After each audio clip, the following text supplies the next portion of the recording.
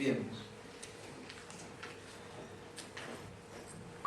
Ahora vamos a tener como orador a Marco Antonio Zúñiga Llanes, es ingeniero civil en computación, graduado en la Universidad de Chile, se desempeña actualmente como gerente de desarrollo de negocios del sector público con Microsoft Chile. En su trayectoria profesional ha sido subgerente de productos de Elite Bank, director de e-business en Telefónica CTC, gerente de proyectos especiales de AT&T en Latinoamérica, Chief Marketing Officer de BioKey y consultor senior para diversas iniciativas públicas y privadas. En su rol académico, desde 1998, dicta la Cátedra de Comercio Electrónico de Internet en la Escuela de Ingeniería de la Universidad de Chile, en los módulos Biometría y Comercio Electrónico en el Diplomado de Seguridad Computacional del CLCERT. Tutor y evaluador en el concurso Chile Empresario y en la aceleradora de negocios Optantis, en relación con la Universidad Adolfo Ibáñez, miembro de la mesa de discusión de la estrategia digital convocado por el Ministerio de Economía y consejero del Consejo Nacional de Nombre, Dominio y Números IP. Bienvenido, Marco. Todo tuyo. Muchas gracias.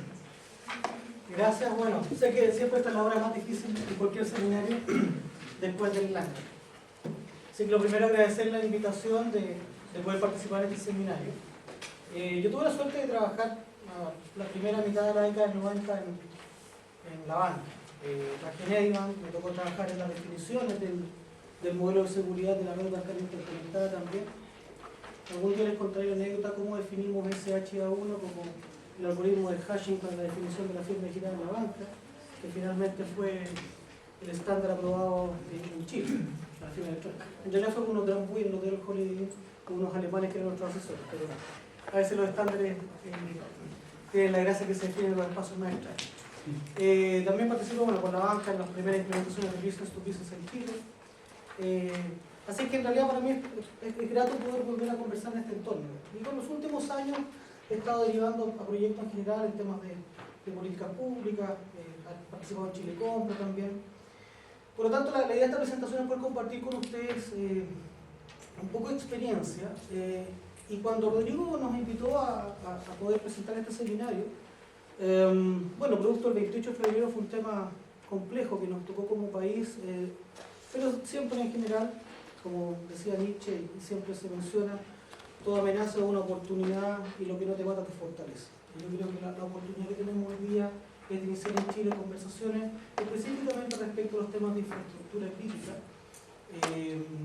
tal vez estimulados por una situación de un catástrofe, un desastre natural, pero que quienes hemos estado trabajando en seguridad los últimos 15 años era un tema que conversábamos recurrentemente y desafortunadamente teníamos razón. Sabíamos que algo como esto podía pasar y pasó.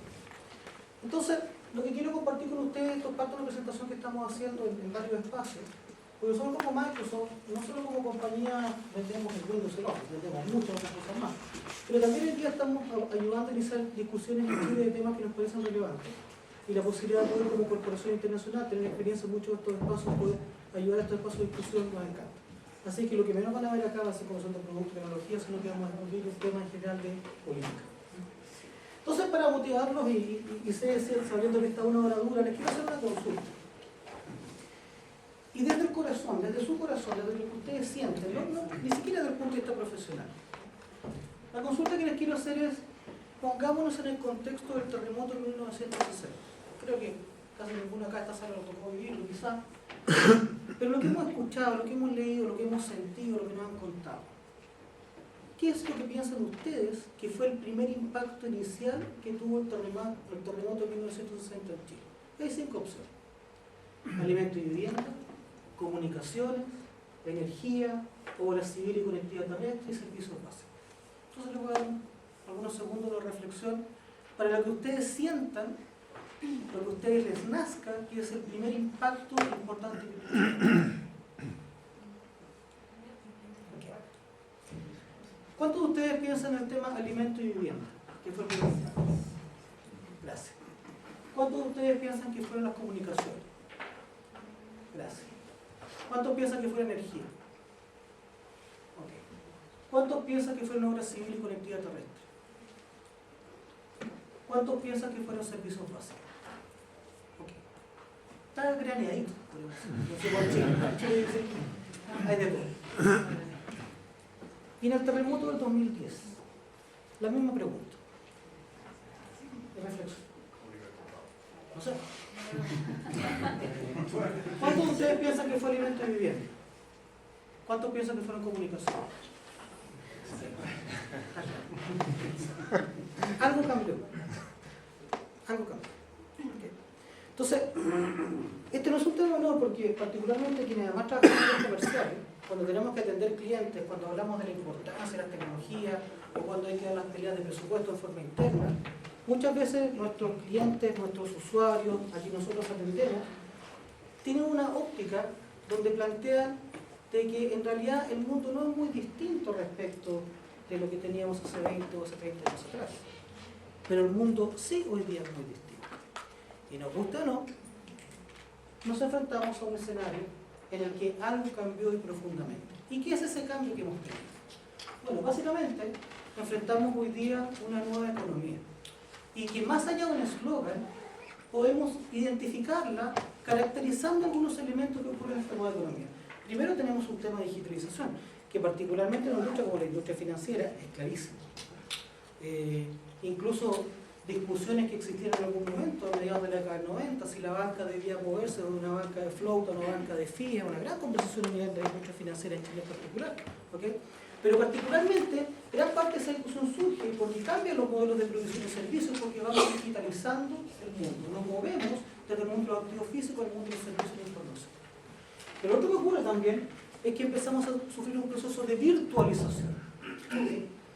La digitalización tiene relación básicamente con los flujos, procesos de información, pero la virtualización empieza, entonces, empezamos a tener un escenario en el cual los modelos de servicio y los escenarios de atención empiezan a cambiar, empiezan a ser distantes, empiezan a ser remotos.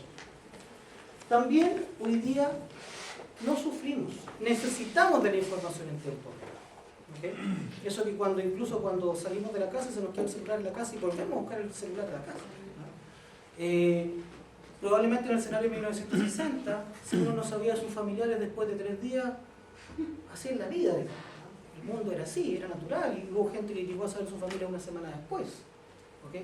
Y nosotros caímos en la desesperación de no saber en los siguientes 10 minutos el terremoto que lo que había pasado. Por lo tanto, hay un tema de comunicación e información en tiempo real. Y por último, pasamos a ser una sociedad de servicios. Ustedes han escuchado muchísimo de toda la discusión que hoy día en términos de la transformación de la industria de la tecnología, el famoso cloud computing. Nosotros tenemos un compromiso muy fuerte como compañía del tema cloud computing, pero va mucho más allá que exclusivamente los temas de infraestructura. Es una nueva forma de hoy día de operación que incluye los activos tecnológicos, pero es una nueva forma de operar. Por lo tanto, esta sociedad de servicios también nos permite. ¿Y eso qué impacta? Más que caer en los lugares comunes, ¿cuáles son algunas nuevas acciones que surgen en esta nueva economía? Y particularmente un país para Chile, donde por ejemplo entramos en un contexto internacional como la OECD, que es un tema no menor. Hoy día estar en la OECD, no solamente las regulaciones propias que tiene la industria como industria financiera, pero nos comienza a exigir o nos comienza a provocar una serie de exigencias mayores como país que también debemos responder. Y una primera característica, el tema de la reducción de costos, no solamente tiene relación con la reducción de los costos operacionales, disminuir los CAPEX en general de las organizaciones, sino que también hoy día empezamos a enfrentar temas, por ejemplo, la mejora de administración de energía. El tema de la energía empieza a ser un tema cada vez más relevante, por lo tanto tiene un altísimo impacto en todas las dimensiones. Y por otro lado también tenemos que empezar a ser amigables con el ambiente. ¿Cuántos de ustedes le están pidiendo en sus instituciones hacer medición de emisión de carbono? Les aseguro que el próximo año se lo van a empezar a pedir.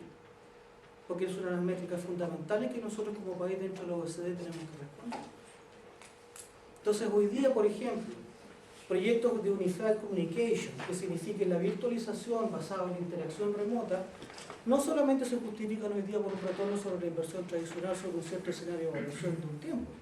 Hoy día muchos proyectos de tecnología se justifican exclusivamente por la disminución de la emisión de carbono que estoy realizando como compañía.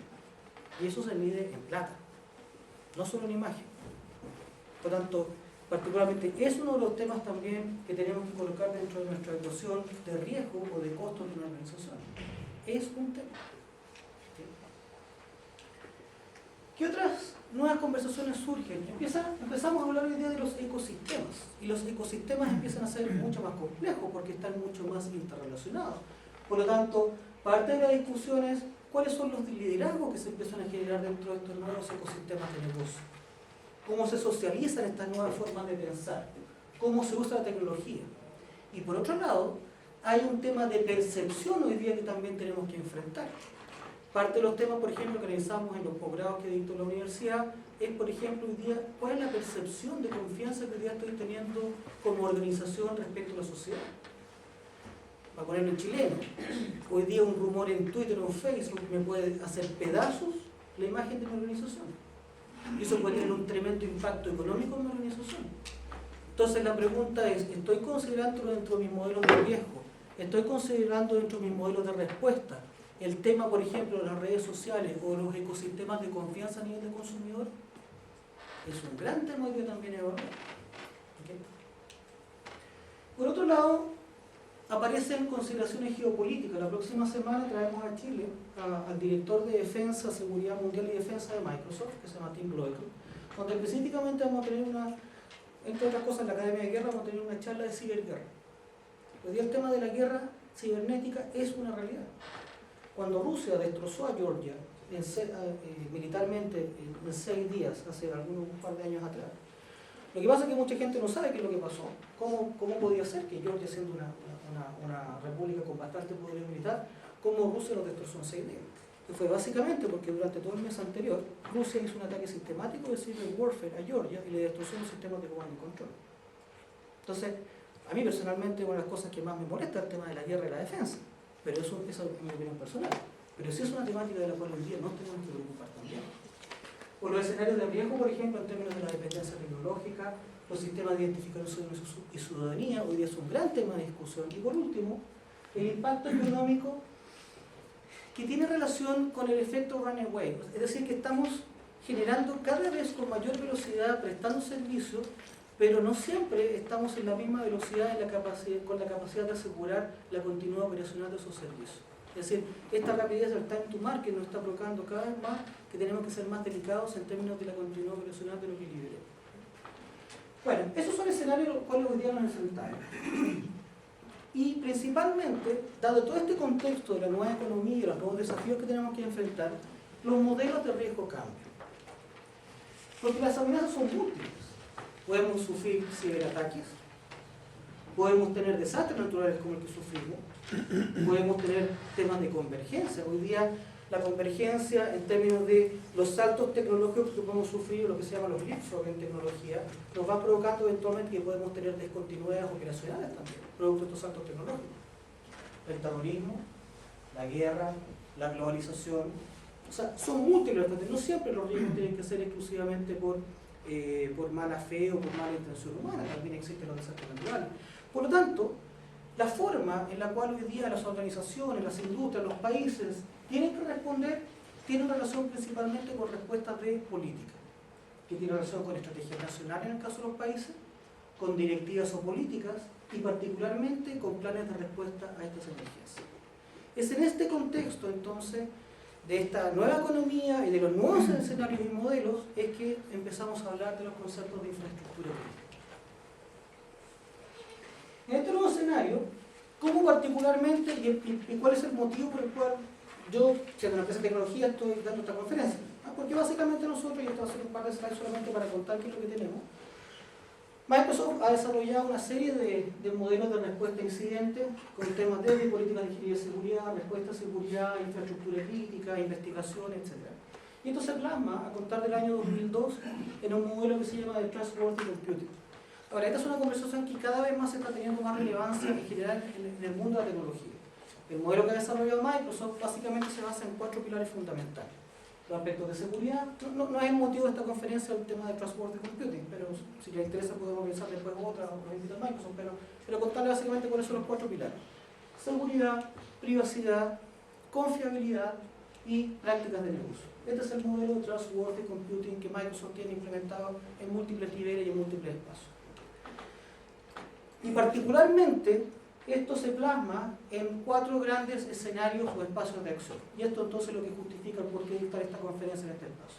Hay un primer escenario que es el tema de apoyo a la ley, en términos de uno de nuestros valores como compañía es el respeto a la ley en todas sus dimensiones, en los espacios que corresponda, por lo tanto trabajamos también en los espacios que corresponda con apoyo a las fuerzas de la ley. Los temas de discusión de políticas públicas es un tema que estamos participando muy activamente, es parte de los ámbitos que caen bajo mi ámbito de responsabilidad en Microsoft en particular, todo un tema de información a usuario y alianzas de la industria. Y esto entonces se plasma en una serie de acciones, proyectos, iniciativas, colaboraciones, alianzas, etc. Por lo tanto, por eso esta conversación en este contexto y este tema de infraestructura crítica. Ahora, ¿qué entendemos por infraestructuras críticas? Ahora que pasamos la introducción en los primeros 10 minutos de la presentación. Infraestructuras críticas es mucho más que tecnología. Y eso es lo primero que creemos que es importante que como país discutamos. Infraestructuras críticas, y discúlpenme que lea textualmente la presentación, infraestructura crítica se entiende generalmente como los sistemas clave, servicios y funciones cuya disrupción o destrucción tiene un impacto que debilita la salud y seguridad pública, el comercio y o la seguridad nacional. Y esto incluye particularmente las industrias, sectores, espacios, áreas de las telecomunicaciones, la energía, los servicios financieros, el transporte, la salud y seguridad pública y los servicios esenciales del gobierno. Entonces, esa es una primera conversación que nos gustaría plantear. ¿Qué estamos entendiendo como país respecto a infraestructura crítica? El concepto de infraestructura crítica tiene un único objetivo y un único espacio de aplicación: salvar vidas. El concepto de infraestructura crítica significa exclusivamente salvar vidas. Y dentro de ese concepto de salvar vidas es que caen todos estos espacios que están asociados. ¿Okay? Porque si la gente no tiene plata para sacar de los cajeros automáticos, no puede comprar comida, se muere de hambre. Si la gente no puede acceder a un servicio crítico de gobierno, eventualmente puede quedar fuera de una fila, o podemos tener gente como la que está hoy día, está en el sur del país, que se está enfermando de frío, y esa gente se muere. Entonces, no quiero ni sonar melodramático, no. El objetivo del concepto de infraestructura crítica es salvar vidas. Y salvar vidas no significa necesariamente los primeros 3 minutos después de la catástrofe, también los incluye. ¿Okay? Entonces, la primera discusión es cuál es el alcance que estamos viendo. Y una preocupación que tenemos es que efectivamente hoy día los conceptos de infraestructura crítica, al menos en Chile, se están concentrando demasiado en el tema de telecomunicación. Y de hecho ustedes mismos lo acaban de confirmar. ¿Okay? Entonces, la pregunta es, bueno, ¿cómo enfrentamos esto? Bueno, para eso entonces aprovechemos la experiencia internacional. Como yo digo en mis clases, suena muy feo copiar, adaptemos experiencias exitosas. Sí, aquí no hay que reinventar nada, o sea, aquí no tenemos que no reinventemos la rueda, no reinventemos la guatona, pero sí pongamos las pilas, en definitiva, hablando bien en chileno, y hagamos lo que define las mejores prácticas internacionales. ¿Okay? Dicho esto, entonces, bueno, ¿cómo yo identifico lo que es infraestructura crítica? Y aquí es interesante, y les pongo este slide, porque aquí depende mucho de las culturas, depende de la visión. Por ejemplo, Naciones Unidas define infraestructura crítica como todas estas áreas. Después les puedo dejar copiar la presentación. Agricultura y comida, banca y servicios financieros en segundo lugar, química y manufactura, etc. Información y telecomunicación también está. Canadá, por ejemplo, reproduce prácticamente el mismo modelo de Naciones Unidas. Y este es el modelo de Estados Unidos. Y una cosa que me llamó la atención, porque acá realmente hay diferencias culturales importantes dependiendo de los países de organización. Por ejemplo, fíjense que en el caso de Estados Unidos aparecen los monumentos nacionales. No es menor. Para los gringos, los monumentos nacionales forman parte de la infraestructura crítica. Y esto en gran medida, yo no sé quién estuvo, yo tuve la suerte de estar en Washington en mayo del año 2002. ¿Okay? Septiembre del 2001, mayo del 2002. Y el impacto en el alma norteamericana que tuvo la caída de las Torres Gemelas no fue menor. O sea, nosotros si, no sé, pues yo estoy en la Escuela de Ingeniería de la Chile, ahí en Bochef, si nos vuelan la estatua del roto chileno, bueno, nos da lata, pero no está bien.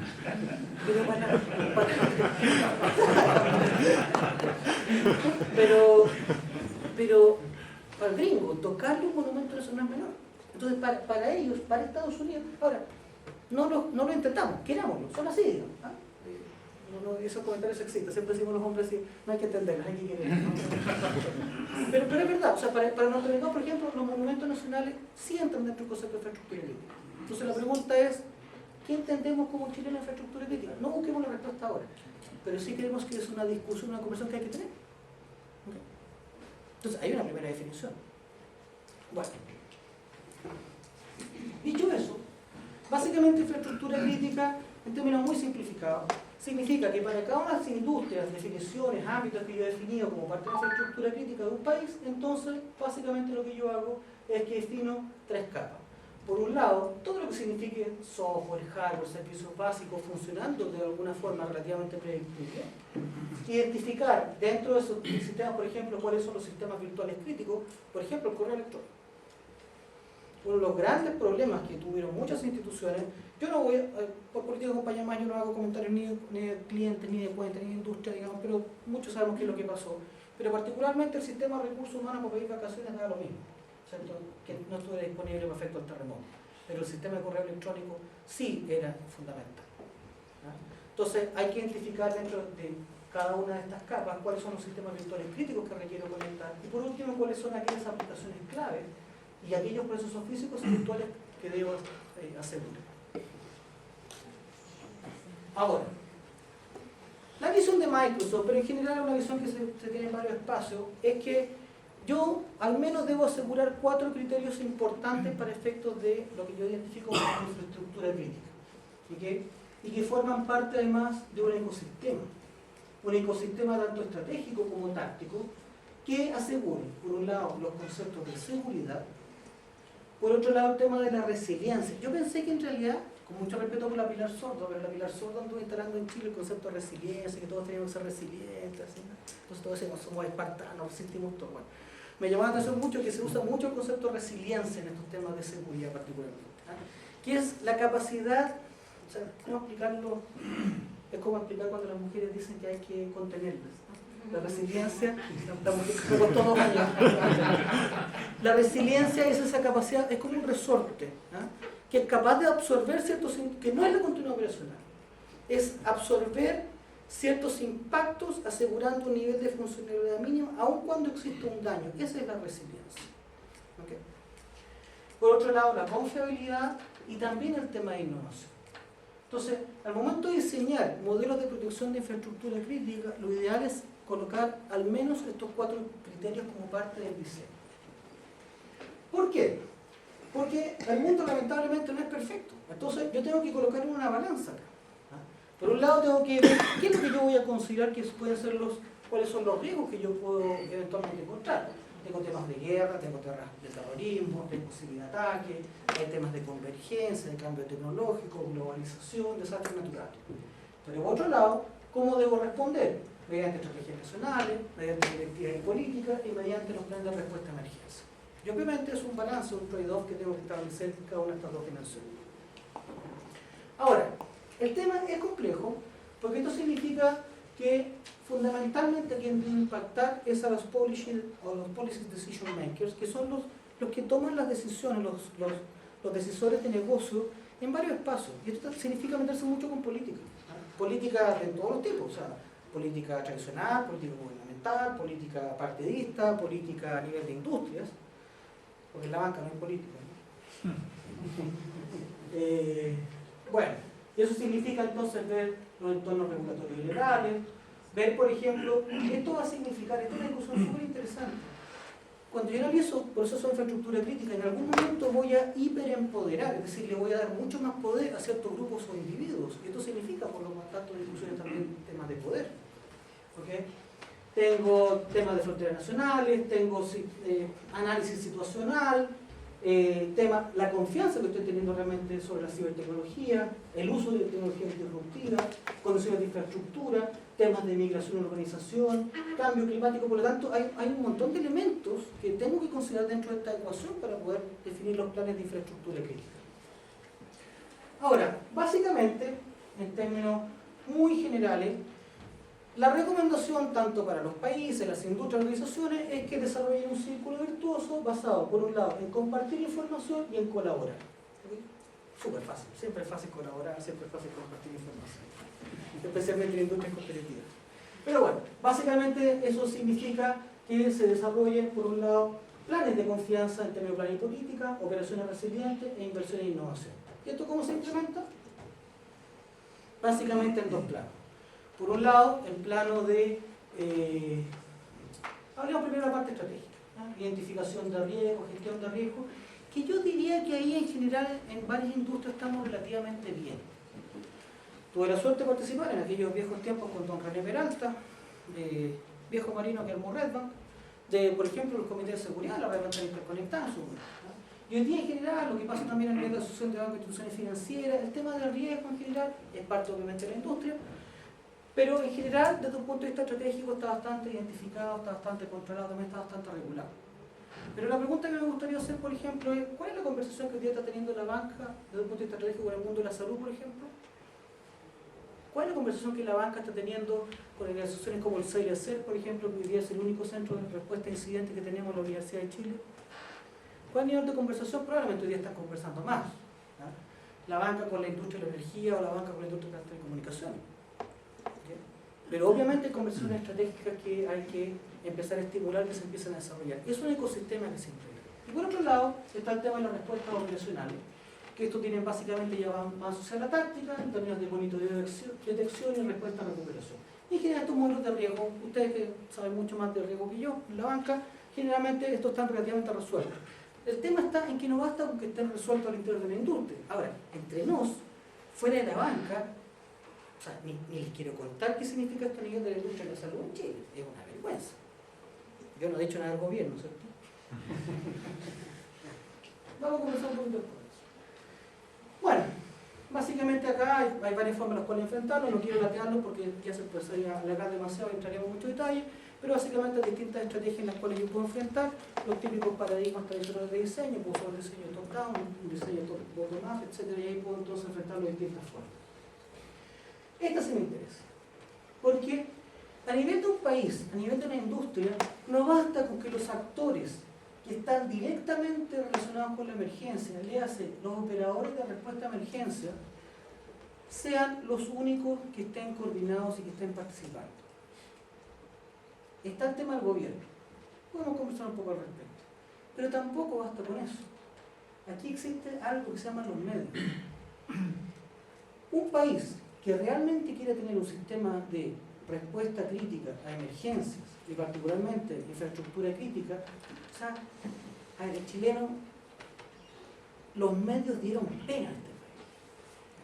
O sea, ¿cuál fue el aporte real que hicieron los medios en este país, excepto un par de radios regionales y algo más, para efectivamente ayudar a la crisis de emergencia? Ahora, eso es mirar ex post. Estoy preocupado ex antes.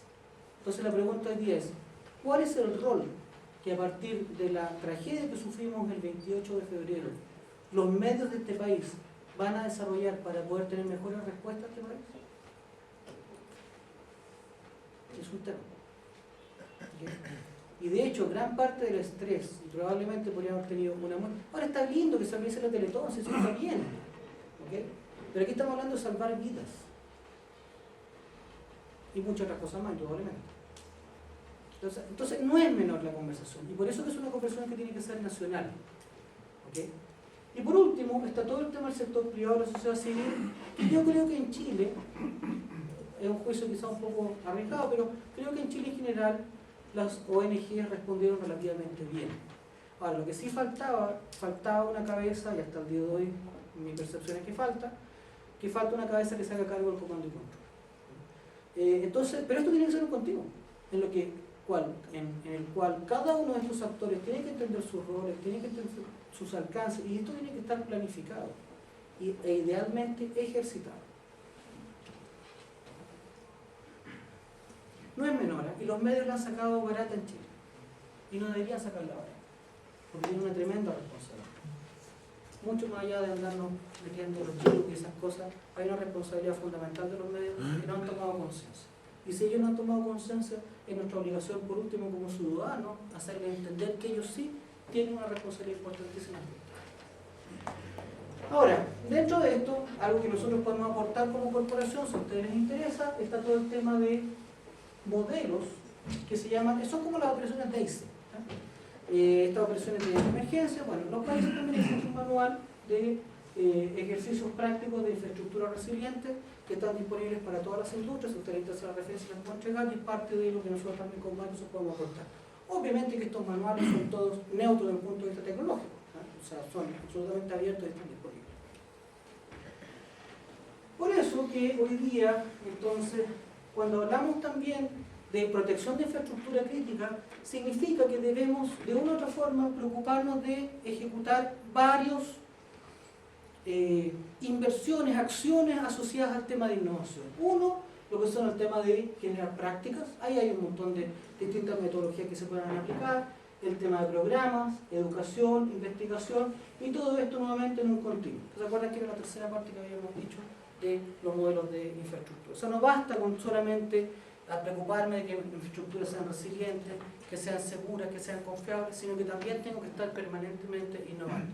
Y eso, entre otras cosas, significa también hacer las inversiones adecuadas en gente y en instituciones dedicadas. Esto no se hace sobre la base de comités que dedican un par de horitas para coordinarse y hacer las cosas. Eso significa tener gente dedicada. De hecho, la forma como se ha enfrentado en Chile, a mí me parece que ha sido bastante inadecuada, e incluso lo que está haciendo el actual gobierno. Aquí me pueden llegar palos por lo que voy a decir, pero creo que tampoco es lo adecuado. O sea, esto no se hace en comités de coordinación. Ahora, esperemos, veamos qué es lo que va a pasar. Esta famosa ANI que anunció el presidente, vamos a ver, todavía no se sabe bien hasta dónde están los alcances, cuáles son los modelos de diseño, pero esto significa infraestructuras dedicadas de verdad. Bueno, algunas experiencias globales que son interesantes de mirar. Por ejemplo, Naciones Unidas, y esto ya está un poquito más relacionado al tema de ciberseguridad. Tampoco quise ampliar tanto el contexto de esta conferencia, pero hablando un poquito más del tema civil, por ejemplo, Naciones Unidas tiene específicamente un documento del principio del 2008, donde están los elementos que deben definir una capacidad nacional de respuesta para temas de ciberseguridad. Documentos que están todos disponibles, públicos, súper interesante mirar. Hay un avance interesante que tiene la Unión Europea, que también son temas nuevos, son temas recientes del año pasado. Y está la red. Hay una red internacional que Chile no está participando, que Argentina se está participando hace mucho tiempo.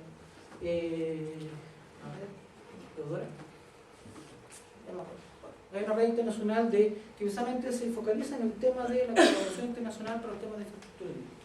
Y por último, en Estados Unidos también, esto tiene relación en parte con el Patriot Act, pero principalmente también se ha ido ascendiendo, porque tiene los grandes temas en discusión que en Estados Unidos, tienen 14 agencias que están preocupadas de los temas de ciberseguridad también. Hay un tema que están un poquito enredados, entonces, pero sí hay algunas definiciones que pueden ser interesantes. Ahora, si quieren más información, aquí hay mucha información que está disponible en este espacio. Hay información ahí que está, ya sea por industria, por país, en forma global. Los invito a que ustedes lo conozcan, que hay información que es neutral y es parte de los espacios de colaboración que nosotros desarrollamos en varios espacios. Bueno, eso es básicamente lo que quería compartir con ustedes. Y para finalizar, conversar un poquito el 27 de febrero. Estamos en debe. Yo creo que como país todavía lo que nos falta es aprender bastante. O sea, de partida, por ejemplo, esto es un espacio académico, o sea que lo vamos a conversar en confianza, pero no salgan disparando mucho porque también me puede complicar que salgan comentarios. Pero personalmente, una de las cosas, nosotros en Microsoft, por ejemplo, para mostrar el nivel de improvisación que tenemos en Chile, si no está mal que tampoco seamos autoflagelantes, si tampoco lo hicimos tan mal. O sea, en términos de infraestructura tampoco nos fue tan mal, sí, se nos cayeron varios edificios, pero tampoco fue tan mal. O sea, este terremoto en otro lado realmente habría sido una escoba muy grande. Pero sí hay, por ejemplo, mostrar algunos niveles de descoordinación e improvisación. Y aquí, cosa además que nos pilló en tremendo cambio de gobierno. O sea, había muchos funcionarios públicos que derechamente no estaban ni ahí. Entonces, por ejemplo, nosotros operamos, esto fue el sábado en la mañana, nosotros restauramos operaciones de la compañía el domingo en la tarde, buscando por nuestra gente, armamos una mesa de guerra. Entonces, como parte del análisis que estábamos haciendo, sacamos manual, empezamos a revisar todo lo que teníamos que hacer, entonces surgió uno de nuestros consultores y dice, ojo que viene el cambio de hora del 13 de marzo. ¿Era el 13 de marzo? Sí, 13 de marzo. Era el sábado 13 de marzo. Entonces, como parte de las conversaciones que tuvimos, bueno, estábamos definiendo tareas, bueno, y Marco, yo quedé con la tarea de, oye, avisemos al gobierno que no se les vaya a ocurrir. Esto fue el martes 4 de de marzo. Que no se les vaya a ocurrir hacer el cambio de hora, porque, imagínate, un cambio de hora que ya está planificado. O sea, a veces cuando los cambios están súper planificados y controlados, lo mejor es que esos cambios efectivamente se hagan. Entonces yo me preocupé, el martes conversé con 4 autoridades de gobierno y les dije, oye, por favor, alta autoridad de gobierno, parte de mi rol en Microsoft, oye, por si acaso viene el cambio de hora, pero no se les vaya a ocurrir cambiarlo. O sea, la gente está desesperada tratando de levantar los data centers, todo lo que estamos acá son de la banca, ¿cierto? ¿Ustedes saben lo que lo significó? Entonces no se les vaya a ocurrir hacer el cambio de hora, porque usted ya está planificada hace años, está todo el tema. Chile siempre una excepción por el tema de cambio de hora. No, ¿cómo se te ocurre? No, es que no vaya a salir un político loco haciendo cambio. No, ¿cómo se te ocurre? ¿Cómo se te ocurre? Jueves 6 de marzo, 7 de la tarde, no, jueves, no sé, 5, 4, el jueves. Yo conversé el martes y el jueves en la tarde, a las 7 de la tarde, termina de leer el subsecretario del Interior la lista de fallecidos del terremoto y aprovecho. Y además anunciamos que acabamos de desplazar el cambio de horario de invierno del martes, del sábado 13 al 3 de abril. Si te llamé, te dije cuántas veces me dijiste que no iba a ser bueno, pero entonces, o sea, el impacto que tuvo para todas las industrias, o sea, no solamente, ya el cambiar el cambio de hora, ¿se acuerdan de la SCOA que quedó hace 2 o 3 años por el tema de la sequía, cuando el cambio de hora fue un día para otro? Entonces, eso muestra un nivel de improvisación definitivamente que va mucho más allá del tema respecto a la emergencia. O sea, si acá el tema, aquí hay que separar, nosotros por ejemplo como Microsoft, ¿qué podemos hacer nosotros como compañía los primeros 7 días de la emergencia? Nada, pues si los primeros 7 días, ¿cuál es la preocupación? Son 4. La preocupación es agua, comida, techo y abrigo. Son 4. Nada. Entonces, olvídense, empezar a ver, por ejemplo, desarrollamos también un sistema, en 7 días hicimos un sistema de business intelligence para el presidente, se lo muestro. Porque, ¿qué podíamos hacer como Microsoft? Entonces, vino el cambio de autoridad. Este es un sistema que ustedes nunca han visto, ¿cierto? ¿Cuál? Este es un sistema que desarrollamos en 8 días. Les voy a mostrar la demo. Esta es la versión 1. Es un sistema de BI que hicimos precisamente para medir la emergencia. Esto está hecho en Excel. ¿Okay? Pero bueno, acá se diseña hoy día, no, vamos a poner a vender, así que no. Esto básicamente que hay un cubo detrás donde estamos hablando de compras, alimentación, servicios básicos, albergues. Entonces, por ejemplo, yo voy a los albergues y doy clic. Y ahí podemos ver los albergues, por ejemplo, número de personas, existentes, etcétera, etcétera. Aquí yo puedo abrir por regiones, y dentro de las regiones puedo abrir por comunas, y dentro de las comunas puedo abrir... Ahora, una cosa que aprendimos, por ejemplo, que es interesante, nosotros tenemos una división territorial, y esto no nos ha tocado nunca enfrentarnos, y de hecho lo encaramos como una práctica internacional. Nosotros tenemos una división territorial política, tenemos región, región, provincia, comuna y comuna, está lleno. Pero resulta que Concepción Alto no es lo mismo que Concepción Desembocadura, que el centro, que todos lados. Entonces tuvimos que inventar la zona dentro de la comuna. Entonces, bueno, hoy día los usuarios de este sistema básicamente que se hizo después, ya les voy a vender. Se tomaron estas planillas, se diseñó el cubo y se publicaron con Excel Services for SharePoint, se publicó en un sitio web, y los usuarios son el presidente, los ministros del comité de emergencia. Este sistema tiene como 35 usuarios, lo sigo en 7 días. ¿Okay? Pero, y cuando uno de repente ve, porque te llegaba por otro lado de Microsoft Core, me decían, oye, pero usan el sistema de Naciones Unidas que desarrollamos con Microsoft, que es gratuito, todo el tema. Y miramos el sistema, y lo primero que dice ahí, bueno, esto supone que había un trabajo de un año de coordinación de los bomberos, con la policía. Entonces, yo decía a los gringos, y otro me pasó como compra huevos. Viene la gente de Corp, hay un equipo especial de manejo de desastre a nivel mundial, y me dicen, ya, listo, estamos listos, 7 personas listos, ¿en qué nos ayudamos? Y ahí empecé. Hablo con 1, con 2, y no encontramos contraparte.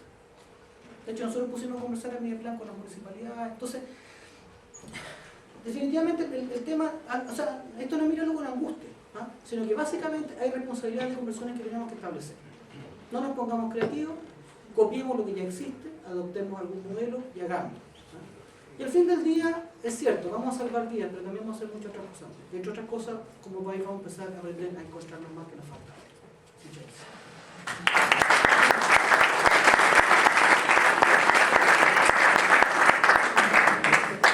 Vamos justo en tiempo, no sé si hay alguna consulta, dudas, comentarios. Perfecto.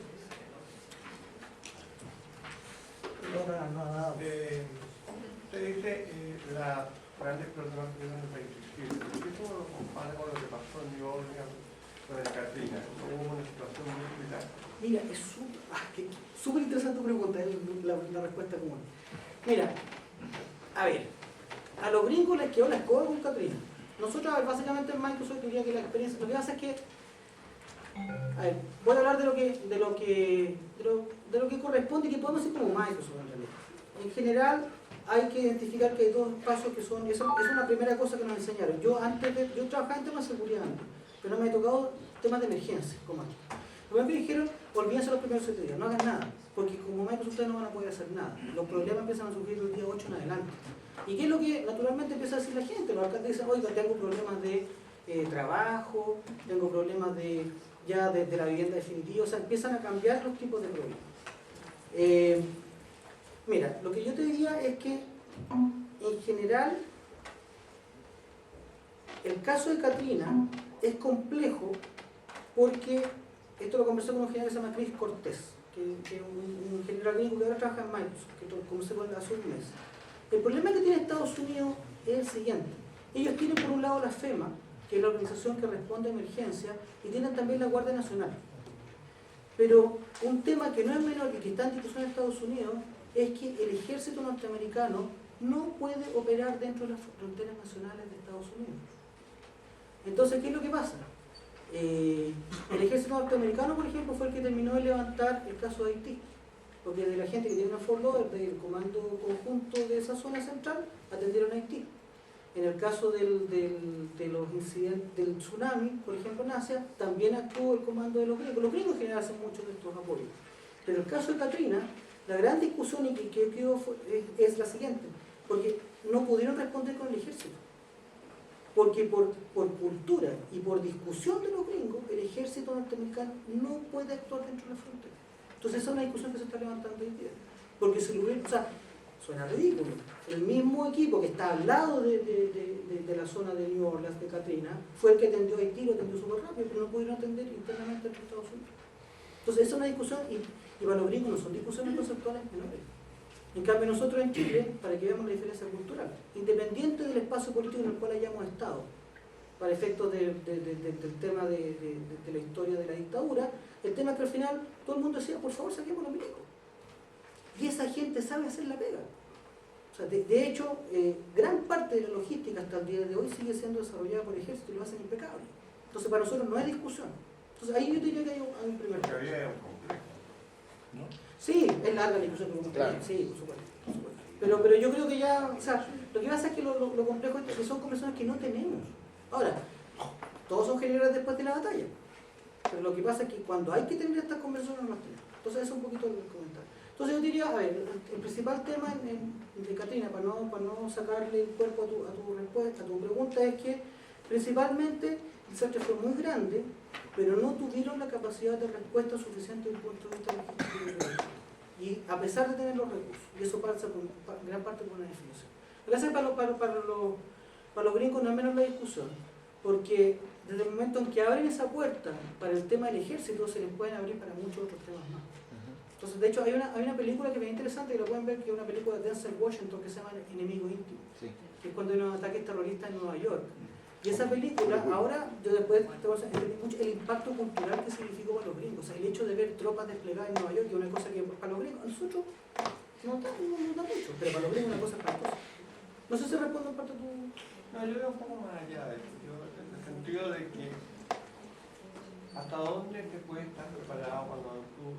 Porque un gran terremoto en Chile hoy ocurrió hace unas 50 años. En consecuencia, la pregunta es, por mucho que yo soy una persona mía, pero por mucho que invirtamos en seguridad para este tipo de situaciones, cuando llegue el desastre yo creo que tú vas a tener una tecnología anticuada y vas a tener una falta de expertizaje.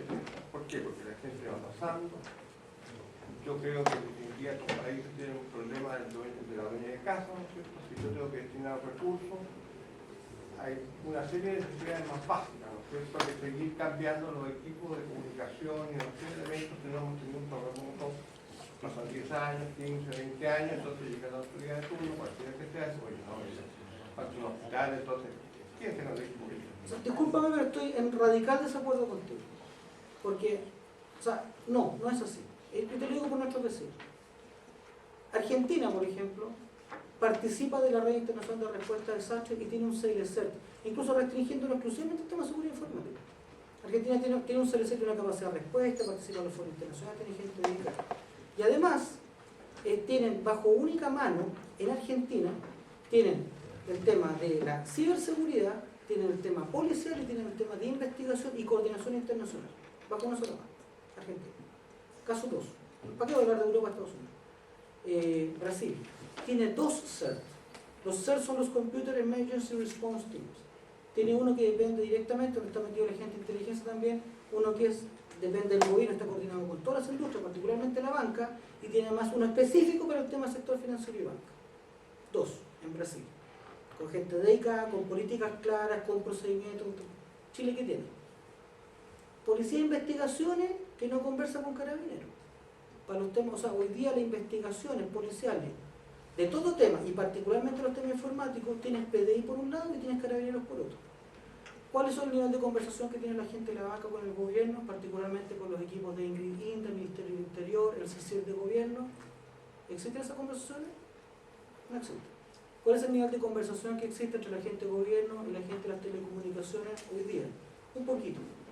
Reclamo. Entonces, no puedo estar de acuerdo contigo. O sea, hay países que nosotros a veces miramos mucho menos, pero que nos dan cancha de tirar a nuestros temas. Y el problema es que esta discusión la venimos planteando algunos en Chile hace más de 3 años. O sea, yo como miembro del CLC, o sea, nosotros organizamos, por ejemplo, en Chile el FIRST, que es la Organización Mundial de Encuentros de CERTs, que se hizo en Chile, en noviembre del año pasado en la Universidad de Chile, y tuvimos que andar raspando la olla para un tema que hoy día en Brasil tiene más de 50 personas dedicadas. En Chile son puras jornadas parciales y con reuniones de comités cada 2 meses. Entonces el tema no lo estamos tomando en serio. Y la banca debiera exigir. Porque acá el tema está en que la banca se vio afectada, entre otras cosas, por el tema de la energía, por el tema de las telecomunicaciones, y no se resuelve por la vía ni siquiera de lucro cesante a nivel de contrato. Este tema tiene que exigirse a nivel de industria y tenemos que tener una respuesta gubernamental. Y disculpa que sea así de duro, pero si no el tema no va a salir. Entonces son las industrias que se tienen que preparar. O sea, el sistema de respuesta de hacer un SMS masivo, que ese fue el gran anuncio que se hizo, de hacer broadcast de SMS a todos los celulares que estén en una cierta zona, va a matar más gente de la que va a salvar, porque eso va a provocar pánico. Tú no puedes entrar a un mall gritando fuego, no puedes usar un sistema único para... Eso son cosas básicas. Entonces, hacer un sistema de SMS que lo que haga es un broadcasting generalizado para toda la gente celular, les aseguro, va a matar más gente de la que va a salvar. Entonces, o las cosas en Chile de una vez por todas las hacemos en serio y de verdad, con recursos dedicados, con gente con experiencia y con plata, o si no, mejor sigamos. Puedo ser todavía más duro, porque tengo más, pero creo que Lo que pasa es que tenemos mucha opinología. Yo soy un opinólogo de estos temas. Yo soy un opinólogo de estos temas. Hay mucha gente que sabe mucho más y el problema es que ara en el mal. Entonces cuando nos acercamos a discutir, claro, y después, claro, todos lloramos. Entonces la pregunta es, ¿cuál es la conversación que hoy día la banca está exigiendo al resto del sector de la economía? Esa es la responsabilidad de ustedes. Lo que tenemos que hacer es que tenemos que seguir evangelizando. No tenemos tiempo para ser mediocres. Desde el momento que lo creemos, estamos condenados al éxito. Esas son las premisas internas que vamos a